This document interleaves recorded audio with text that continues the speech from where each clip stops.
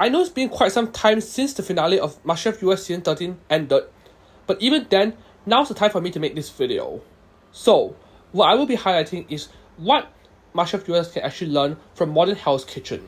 So, what do I actually define as modern Hell's Kitchen? Basically, everything after Season 18, Rookies vs. Veterans, which is basically all the 2020s era seasons, which is Seasons 19 to present. So, for background, MasterChef U.S. actually has been doing relatively well for its first few seasons, at least for the first 3 seasons. But then, there were some not so good seasons and also some bad seasons. It's debatable what year was the year that the show went downhill, but it's pretty obvious that the show is actually at its lowest point during these few years. So, I'll be highlighting some of the things that Hell's Kitchen has actually done better over MasterChef U.S. in these coming years. So without further ado, let's begin.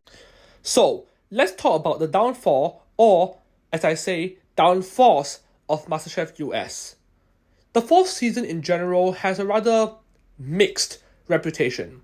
It's debatable whether it was the first season to start the show's downfall or the last good season of the original seasons, because there are fans who actually love this season because it is one of the most well-liked winners in the show's history, or some absolutely hate it because you have one of the ugliest rivalries between 2 contestants that whole season. But things just get worse from here on. Season 5 was where the show took a major downfall because you had the lack of additions, which was heavily criticized by many fans, and a lot more fighting in that season, with one contestant being almost the center of every single conflict, and a relatively controversial finale. Things did somewhat look up in Season 6, as it's not bad in my opinion, but not great either. Season 7 was another low point for me because you had another really ugly cast in terms of personality, despite actually having some good talent. Season 8 was actually surprisingly not a bad season as well. In fact, I actually would call this good if it wasn't for one glaring flaw this season had. But then comes Season 9. The mentorship thing just didn't work at all, and the show just went downhill from there on. But then again, I'll discuss those seasons in further detail as we go on. On the other hand, Hell's Kitchen's quality has been fluctuating, at least for the earlier seasons, not the modern seasons that I'll cover eventually. So, there are some rather divisive seasons such as Seasons 4, 7, and also 18, which is Rookies vs. Veterans. But there are also some pretty bad seasons like 8, 11, 13, to some extent. I mean, it's not hated, but people just find it boring. And of course, 15 and 16, arguably the 2 most disliked seasons of the show. Oh wait, I totally forgot that All Stars was also pretty disliked as well. Now that I've given a background of both shows' histories, let me talk about what's bad about the dark age of MasterChef US, or what I refer to as Seasons 9 to present. So, Season 9 was plagued with the mentoring thing, which just didn't work out well at all since it was so underutilized. In fact, in my country, Singapore, the judges' mentoring is actually done much better compared to how they did it. And Season 10 had a relatively lackluster cast despite having higher expectations at the auditions, and most of the contestants were rather one-dimensional. And on top of that, the twists in general were pretty badly received. Season 11 is not as bad as some people make it out to be, in my opinion, but then again, because of the pandemic, there were some things they just couldn't do well.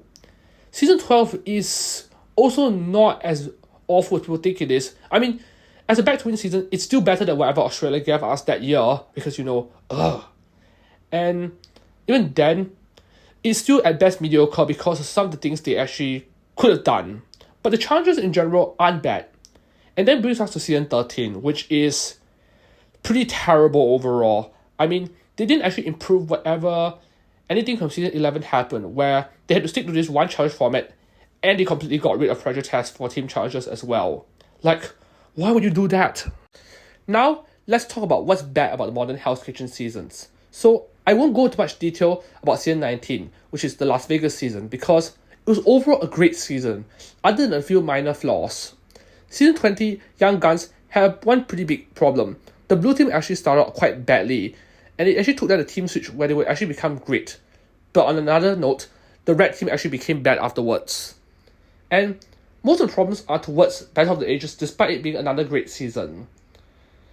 In the most recent season, it was actually about the 20-somethings going against the 40-somethings because the contestants were actually divided by age rather than gender. But the 40-somethings, which were on the blue team, actually were doing very badly.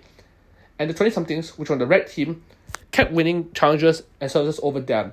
It actually got to the point that just 3 episodes into the show, Gordon actually had to revert it back to man versus woman because otherwise the red team would just keep winning and the blue team would be gone by then. Now let's get into what's good about the newer MasterChef US seasons. From season 10 onwards, the traditional audition format has been reinstated, where each contestant has to get at least 2 yeses from the judges to get a white apron. In season 10, it was different, as all 3 judges had to say yes because that season had higher standards. And while it seemed promising at the start, boy, it didn't help too well. The next point is actually a pretty major point, and it applies to season 13. And although I may not like season 13 that much, the one praise I have is that after 9 years of ignorance, they finally did away with picking your own teams because of the whole regions format, where the judges would put different regions together or they would handpick the teams themselves. I mean, it is astonishing that it took them that long to actually finally get this, especially when you consider that Australia has already stopped doing this since 2014. I mean, after their 5th season failed miserably, they had a massive reform and the show went back to being good, if not even better than what the original seasons were like.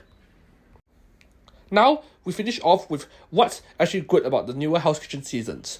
So, in general, for all 3 seasons that they aired so far, they have very likable and talented contestants. And even some of the villains or more unlikable contestants are nowhere near as bad as whatever we got in some of the earlier seasons. And most contestants are very memorable in a good way, funny, and just overall a joy to watch. Another thing I have to mention is that, in general, the services have actually become much better, and we do see many occasions where, even though one team actually loses, the service can still be completed by both teams on both ends. And we still see people getting kicked out on that, but it's actually not as bad as whatever we saw in earlier seasons as well. There really isn't all that much that MasterChef US can learn from modern Hell's Kitchen's seasons because for MasterChef US to actually improve, they need to revert back to the 2-challenge format that they've actually done for the first 10 seasons because ever since season 11, they had to implement that 1-challenge format because of those COVID-19 restrictions, and it's at best mediocre. But there's one thing that MasterChef US can actually learn from modern Hell's Kitchen, which is to implement a nomination ceremony for team challenge eliminations because I highly doubt that they would actually bring back pressure tests at this rate. So, let me go through what I've actually put on this photo, which is some information I've taken from Hell's Kitchen Wiki. So, in pink, it's a regular nomination, where the losing team nominates a contestant, and then they are retained afterwards. Then the next one is in maroon, which is the contestant getting nominated by the judges. So, it's either the judges feel that one more person deserves to be up, or they actually will replace them with someone else who actually they had voided, which is light blue, where if the judges feel that a nomination is unfair or the contestant's mistakes weren't severe enough, they can choose not to accept the nominations. In red, it's a regular elimination, where a contestant is nominated and then eliminated by judges normally. And then in darker maroon, it is where a contestant is eliminated after being nominated by the judges. Again, this could potentially happen, but it may happen in the worst scenarios. Then you've got purple, which is an elimination without nomination. This is maybe quite rare in MasterChef because the judges may not always have the right to do whatever they want to do and all that. Then we get to miscellaneous, which is in all the way in the cyan is ejected. It's quite rare in Hell's Kitchen, but I don't think it may happen in MasterChef US since this is a totally different show, so I can't say that they can do so.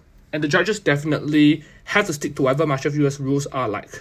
Then, again, in brown, which is contestants quitting or being medically evacuated, is also quite rare if it's during a team challenge because most of the time, the contestant will have already quit before the challenge even started.